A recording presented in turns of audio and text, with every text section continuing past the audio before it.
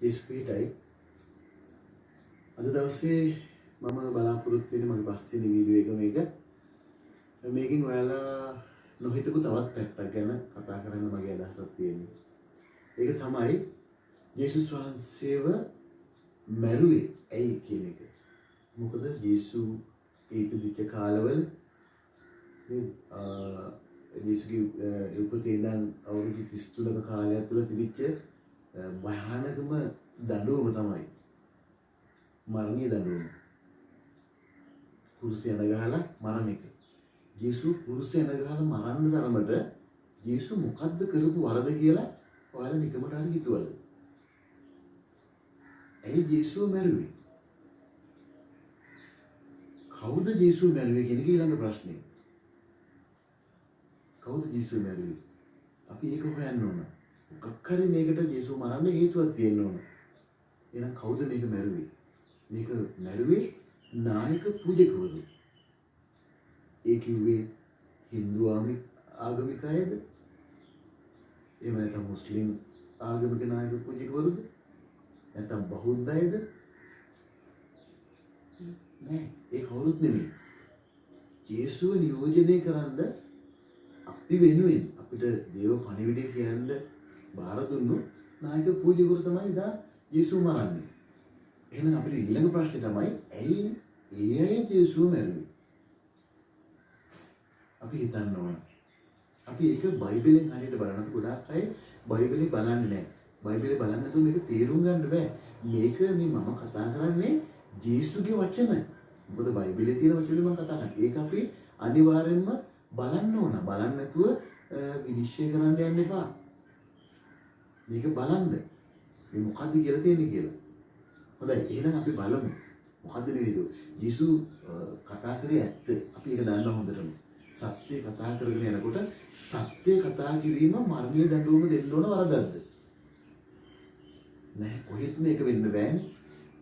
සත්‍ය තමයි ලෝකෙට ඕන කරන්නේ. එහෙනම් ඒත් අපි දන්නවා යේසුව මැරුවා. යේසු විතරක් නෙමෙයි. ඉස්ලාමක යොහන් තුමාව එයාගේ බෙල්ල කපලා මැරුවා. ඒතර පේදුරුතුමාව පේදුරුව කුරුසේ අනිත් පැත්තට කකුල් දෙක උඩ හිටින්න රූප පහළ හිටින්න කුරුසේ යනගහලා මැරුවා. දැන් එතකොට බලන්න ඇයි මේ අය මැරුවේ? මේ අය මොකද්ද කරපු වරද? අද අපි ඇයව අදහනවනේ. එහෙනම් අපි හොයන්න ඕන මොකද්ද මේකට හේතුව කියලා. උන්වහන්සේ මෙන්න මෙහෙම බයිබලයේ ලස්සන වචනයක් කියලා මම ඒක කියවන්නම්. සුදු මතයුතුමාගේ පොතේ 7 වෙනි පරිච්ඡේදයේ 13 වෙනි වගන්තියේ ඉඳලා පටු දොරටුවෙන් ඇතුළට වැල්ලා. මක් නිසාද? විනාශයට යන දොරටුව විශාලය. පාරක් පළලය. එයින් ඇතුළට එනොද බොහෝය. මක් නිසාද? ජීවනයට යන දොරටුව පටුය. පාර අවහිරය. ඒක සම්බ වෙන්නේ සුවල්ප දෙනෙකුට පමණක්. ඒක හම්බෙන්නේ සුවල්ප දෙනෙකුට. සුවල්ප දෙනෙකුට. අන්න ඒක අපි හරියට අවබෝධ කරගන්න. මේ දේව වචනය ගොඩාක් අයට හම්බෙන්නේ නැහැ කියලා යේසු කියලා තියෙනවා. සුවල්ප දෙනෙකුට හම්බෙන්නේ. ඒකට ආසාව තියෙන, පිපාසය තියෙන අයට තමයි උන්වහන්සේගේ දේව වචනේ හම්බෙන්නේ. එහෙම හොයන්න. එමෙ යුවේ නැත්තම් උන්වහන්සේ යටින් තව එකක් කියනවා මතෙව්. තුමාගේ 7 වෙනි පරිච්ඡේදයේ 21 කියනවා. ස්වර්ගයේ සිට මාගේ පියාණන් වහන්සේගේ කැමැත්ත කරන්නා මිස මට ස්වාමිනී කියන සියල්ලෝම ස්වර්ග රාජ්‍යයට ඇතුළු නොවන්නෝයි කියලා. එහෙනම් අපි නිකන් ස්වාමිනී කිව්වට ස්වර්ග රාජ්‍යයට ඇතුළු වෙන්නේ නැහැ. උන්වහන්සේගේ රාජ්‍යයේද ධර්මිෂ්ඨකමද සොයන්නේ කියලා උන්වහන්සේගේ පොතේ ලියලා තියෙනවා. අපි හොයන්න ඕනේ ඒක. සොයන්නට සම්භවය කියලා කිව්වේ දේව වචන හොයන්න කියලා කිව්වේ. රස්සාවල් කරලා හම්බ කරලා කන්න කියලා නෙමෙයි. ඒවා අපිට ඕන අපේ ජීවිතේට. නමුත් දේව වචන හොයන්න මේක හොයනකොට හම්බෙනවා. හැබැයි හම්බෙලා ඇත්ත කියනකොට කාටවත් හිතෙන්න බෑ. මේ ඇත්ත පිළිගන්න ඕන. මේවා හංගන්න හොඳ නැහැ. මේවා නවත්තන්න හොඳ නැහැ. මේවා අවස්ථාවක් දීලා මේ දේව වචන දැන්වත් අපේ මේ දරුවන්ට දැනගන්න අරින්න ඕන. මොකද අපේ අම්මලා, අපේ තාත්තලා, ලොකු අම්මලා, ලොකු තාත්තලා, අපේ මුතුන් මිත්තෝ මේ දේ දන්නේ නැතුව මැරිලා ගියා. අපි ඒ දේ තුල ඉඳලම මැරෙනවද කියලා මොහොතට කල්පනා කරන්න. අපි හිතන්න ඕන. හැබැයි මේවා කරනකොට කොහොම යේසු බාල්දු කරා. යේසු ඇවිල්ලා කතා කරා මේක උගන්වනකොට ලියන්නන්ට පරිසරවලට නායක පූජකවරුන්ට ලිදෙන්න ගත්තා. ඇයි ඕන් උගන්වනට වඩා ලස්සනට මේ පැහැදිලි කරන කට යේසු. යේසුස් පිළිගත්ත මිනිස්සු ගොඩාක් එකතු වුණා යේසුත් එක්ක. එකතු වෙනකොට නායක පූජකවරුන්ට දරා ගන්න බැරුව ඊර්ෂ්‍යාව ඇති වුණා. මරන්න කුමන්ත්‍රණය කරා. ඒක ඕනම් බලන්න වෙලා මරන්න මාර්ක් 14:55 නායක පූජකවරු කුමන්ත්‍රණය කරනවා. යේසුස් කොහොමද මරන්නේ? මෙහෙම ගියොත් අපේ මේ ධර්මයේ නැති වෙයි. අපිට මෙතන ඉන්න බැරුව වෙයි. මේ අපේ තැන්වල වැජ්ජ වෙන්න බැරුව වෙයි. අපිට යේසුස් කියනවා මේ ලෝකෙදි මේ පෘථිවියේ මේ භූමියේදී බල පියානෝ යයි කියලා කියාගන්න එපයි කියලා. රබ්බි කියලා කියාගන්න එපා කියනවා. ගුරු දේවී කියලා කියන්න එපා කියලා. මොකද ඒ එකම නායකයා ගුරු දේවයන් වහන්සේ මමයි කියලා යේසුස් කියනවා. යේසුට හැරෙන්න වෙන කිසි කෙනෙකුට එහෙම කියන්න එපා කියලා යේසුස් කියන්නේ.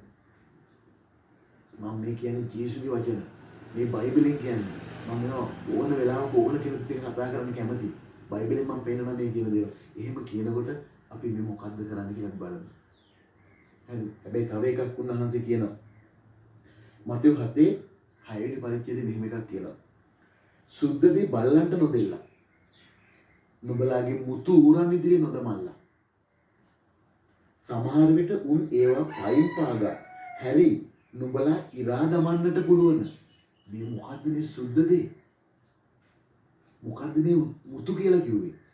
මේ දේව වචනේ බල්ලන්ට ඌරන්ට දෙන්න බෑ කියලා කිව්වේ. හැබැයි මම දන්නවා මම මේ දෙන්නේ ජේසුස් වහන්සේගේ දරුවන්ට.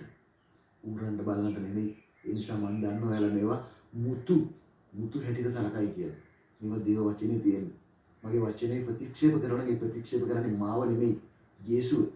ඒ නිසා අපි මේක අවබෝධ කරගන්න ඕන. මේක අවබෝධ කරගන්න. මොකද්ද මේ වෙච්ච කුමන්ත්‍රණය? යේසුව මරුවා විතරක් නෙමෙයි. යේසුව මරලා මොකද්ද අන්තිමට උනාසේ මලවුන්ගේ නැගිටිනකොට ඒක හම්ගන්න කරපු කුමන්ත්‍රණේ අපි බලමු. මතෙව් 28 අන්න මම ඒක කියවනවා ඔයාලට. යේසුව මරලා පුතේ එයාව ගිහලා තැන්පත් කරා. ගල්ලේනේ තැන්පත් කරලා නිකන් තිබ්බේ නෑ. නායක පූජකවරු සැලසුම් කරලා කිව්වා මේ මිනිහේ දවස් 3 නැගිටිනවා කියලා කිව්වනේ. ඒ නිසා අපි මුරකාරයෝ දාමු කියලා මුරකාරයෝ 4 දෙනෙක්ව දානවා. ඒ මුරකාරයෝ 4 දෙනා බලාගෙන ඉන්නකොට තමයි ස්වර්ගයේ දේවදූත දෙන්නෙක් ඇවිල්ලා ඒ ගලහකට කරලා යේසුස් වහන්සේ මලවුන්ගේ නැගිටිනවා. ඒක දැක්කෝ ඒ හේවායෝ සිහිය නැතුව වැටෙනවා. හැබැයි උන්ට සිහිය ඇවිල්ලා නායක පූජකයෝ ගාවට යනකොට මොකද උනේ කියලා බලන්න දේව වචනෙන්.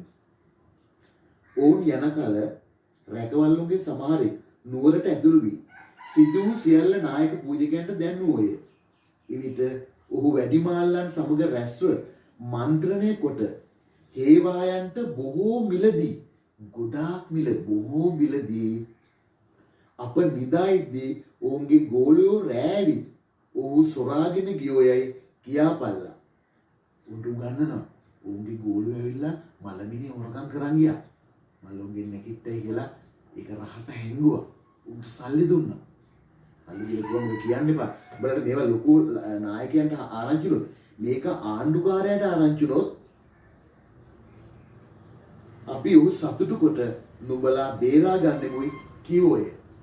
මේවා නායකයන්ට ආරංචිලොත් අපි උඹලා බේර ගන්න සල්ලි දීලා කියලා කිව්වා. බලන්න මොන තරම් කුමන්ත්‍රණයක්ද කියලා.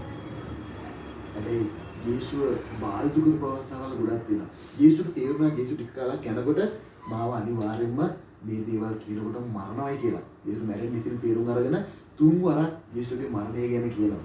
ඒක ඔයාලා බලන්න මට මේක කියවන්න ගියොත් මේ වීඩියෝ එක දික් වෙනවනේ. ඒක ඔයාලට කරදරයක් ඔයාලා බලන්නත් එපා වෙයි. ඒ නිසා මම බයිබල් පාඩ දෙක කියන්න. සුදෝ මතෙව් 16:21. ඒ වගේම සුදෝ මතෙව් 17:22. සුදෝ මතෙව් 20:17. ඒ තුන් තැනම යේසුගේ මරණය ගැන කියන මොකද යේසු මේවා කියද්දී නායක පූජකවරුන්ට තරහා ගියා කියලා උන් කෝප වුණා කියලා උන්වහන්සේ දැකලා කියනවා මාව අනිවාර්යෙන්ම මරනවා මේවා කියනකොට කියලා. ඒ වගේම උන්වහන්සේ සුළු කරන්න නායක පූජකවරු කොච්චර නැගලුවද කියලා බලමු. මතෙව් 13:53 අපි කියවලා බලමු මොකද්ද වෙන්නේ කියලා. එතන කියනවා මේ අර වඩුවගේ පුතානේ මේ යාගේ අම්මත් මේ අපිත් එක්ක ඉන්නේ. යාගේ අම්මගේ නම මරියනේ. ඔහුගේ සහෝදර සහෝදරියත් අපිත් එක්ක ඉන්නවනේ කියලා ඌ බාල්දු කරා වඩුවේ කිපුතේ කියලා. අදත් දේවචන හොයන අපිටත් ඔය දේ තමයි වෙන්නේ. අපි බාල්දු කරනවා අර හවල් කෙනාගේ පුතානේ දීවරෙක්නේ කියලා. පේදුරුතුමා දීවරේ. අපිට අපේ තනතුර බලපාන්නේ දේවචන කියන්නේ. අපේ රැකියාව බලපාන්නේත් නැහැ. අපේ දුප්පත්කම බලපාන්නේත් නැහැ. අපි ඇත්ත කියනවා නම් අපිට කොතන ඉඳලා හරි අපිට ඇත්ත කියන්න පුළුවන්. ඒක පිළිගන්නයි ඕන. ඒවට රිදෙන්න නෙමෙයි ඕන. සත්‍යන සත්‍ය අපි තේරුම් ගත යුතුමයි. ඒක තේරුම් ගන්න පුළුවන් එකම දේ තමයි බයිබලේ. ඒ බයිබලේ බලන්න. බයිබලේ බලන්න මේකේ රහස් ගොඩක් තියෙනවා වලට. මම හරි ආසයි මේවා බෙදා ගන්න. යේසුගේ කැමැත්තුනේ ඒකයි. යේසු කිව්වේ උඹලා සකල ජාති ගෝලයන් කරන්න කියලා. ඒක ගෝලියෝ කරන්න ඕනේ නැහැ. උන්වහන්සේගේ අනුගාමිකයවත් බවට පත් කරන්න පුළුවන් නම් අපි ඒකයි කරන්න ඕන. අපි නිකන් අපේ කාලා බීලා අපි ජීවත් වෙනකන් සතුටින් ඉඳලා මැරෙන්න එක නෙමෙයි වෙන්න ඕන. අපේ වගකීමක් තියෙනවා. යේසු අපි එවලා තියෙන ඒකට. යේසු වෙනුවෙන් අපි යමක් කළ යුතුමයි. ඒ නිසා අපි උත්සාහ කරමු යේසු වෙනුවෙන් යමක් කරන්න. අපේ මරණයත් එක්ක අපි මේ දේ කරමු. හැබැයි යේසුට කිව්ව උන්වහන්සේ ඒ ගෝලියෝ ඒක යේසු කතා කරනකොට මහා බලගත් දේවල් කරනකොට නායක පූජකරුවා මොහු යක්ෂ බලෙන් කරන්න කියලා. ඒවා. නෑයි ඔවුන්ට බලයක් තිබුණේ නෑ. ලෙඩක් සුව කරගන්න. එහෙම නැත්නම් ඇස් පාදන්න කෙනෙක්ගේ හරියට දේව වචනයක්වත් කියන බලය තිබෙන්නේ නැතිඳ නායක පූජකරු යේසු බාල්දු කරන්නේ කිව්වා මොහු යක්ෂ බලෙන් මේවා කරන්න කියලා. හැබැයි පුතේ මේ ඔක්කොම කියනකොට යේසු තව එකක් කිව්වා. නේද? පටු දුරුට නැතුල් වෙන්නේ කියලා කිව්වා. විනාශයට යන පාර විශාලයි. ඒක ඇතුල් වෙන අය ගොඩායි. හැබැයි ජීවනට යන පාර පටුයි. ඒක හම්බෙන්නේ සුවල්ප දෙනෙකුට කියලා. හොඳට හිතලා බලන්න සුවල්ප දෙනා කවුද කියලා. ඒ යේසු කිව්වේ කාටද කියලා ඔයාලා හිතලා බලන්න. මේක හිතන්න ඕන කාලයක් පුතේ. තව ලෝකේ වැඩි කාලයක් නැහැ. ඒ නිසා ඉක්මනට මේක තේරුම් ගත යුතුමයි. හැබැයි මේවා තේරුම් ගන්නකොට යේසුස් වහන්සේ කියනවා මේවා තේරුම් ගන්න ඔබ එලි කරනකොට නුඹලව පල්ලි වලින් අහක් කරයි. නුඹලට තලයි. නුඹලව නායක පූජකවරු අතර ආණ්ඩුකාරයන් අතර පාවා දෙයි. නුඹලගේ අම්මා තාත්තා පව බලට වෛර කරන කාලයකට මිනිස්සු බුරු චෝදනාවල් දාලා පත් කරයි කියලා උන්වහන්සේගේ වචනේ කියලා තියෙනවා. ඒවා ඉට්ටු වෙනව නේද පුතේ? ඒවා කල්පනා කරලා බලන්න. මම මේවා කියන්නේ මට සමහරක් අය හිතන මට මේ නට් එකක් බුරුල් වෙලාලු. එහෙම දානවා. නමුත් දේව වචනේ බලන්න ඔයාලා දේව වචනේ පොත්තික අඩුම තරමේ පොත්තිකවත් පෙරලලා තියෙනවද? කියවලා නෙමෙයි මං අහන්නේ. මං අවුරුදු 30ක් තිස්සේ මේ බයිබල් එක හැප්පෙන්නේ. මේවා කියලා දෙනවා. මගේ බයිබල් මේ තුන්වෙනි බයිබලේ මගේ අතටම ගෙවිලා තියෙන මේ දේව වචනේ පෙරලලා. මේ දේවල් මම හොඳට දන්න නිසා වලට කියන්නේ. මගේ හදවතට දැනෙන පුතේ මටත් දරුවෝ ඉන්නවා. මගේ දරුවෝ ටික වගේ තමයි මට අනිත් හැම කෙනෙක්ම. ඒ හැම කෙනෙක්ම දේව වචනේ දැනගෙන මැරෙන්න ඉස්සරින් දැනගෙන උන්වහන්සේගේ ඒ ගැලීම හොයාගන්න ඕන නිසායි මම මේවා කියන්නේ. එහෙම නැතුව මට මේ නට් එකක් බුරුල් වෙලා නැහැ. ඒක හිතන්න එපා. ඔයාලා මට බයිනවනම් මේ වචන වලට බයිනවනම් මේ බයිනේ මට නෙමෙයි යේසුට. යේසු කියනවා උඹලට ඔහොම කරනවා නම් උඹලා පුදුම වෙන්න එපා. මටත් ඕනේ ඒකමයි කළේ. මාගේ අනුගාමික හැම කෙනෙකුටම ඕනේ ඒකමයි කරේ. ඒ නිසා උඹලගෙන් බය වෙන්න එපා. උන්වහන්සේ කිව්වේ ඒකයි. අවස්ථාන දක්වා ඉස්සිර සිටින්න කියලා කිව්වා. ඒ විශ්වාසය මට තියෙනවා. මම විශ්වාස කරනවා මේ ආදරණීය දේව ජනතාව මේක තේරුම් අරගෙන යේසු හොයයි කියලා. යේසු ලොකු කතන්දරයක් ලියලා තියෙනවා. ඒ කතන්දරේ කාටවත් තේරෙන්නේ නැත්තම් යේසුට දුක හිතේ. ඒක හොයන්න. මොකද්ද මේ කතාව? යේසුට අභිරහස් නැහැ මේකේ. මේක තේරුම් ගන්න ඕන. කිසිම අභිරහසක් මේකේ නැහැ. ඔක්කොම එලි කරලා දෙනවා. ඒක හොඳට කියවන්න. ඔයාලට මොලේ තියෙනවා. මටත් වඩා මම දන්නවා ඔයාලා බුද්ධිමත් කියලා. මේක බැලුවොත් ඔයාලට තේරෙයි. බලන්න. කම්මැලි වෙන්න එපා. පොත ලොකු වුණාට ඒක හරි ආසයි. ඒක ලස්සන කතන්දරයක් තියෙන යේසුගේ. ඒක කියවන්න. මම ඒ ආරාධනාව අද දවස් වලට කියනවා. හැම කෙනෙකුටම යේසු පිටයි. යේසු වල උදව් කරයි. හැමෝම හොයන දේ වචනේ. යේසු පිටයි.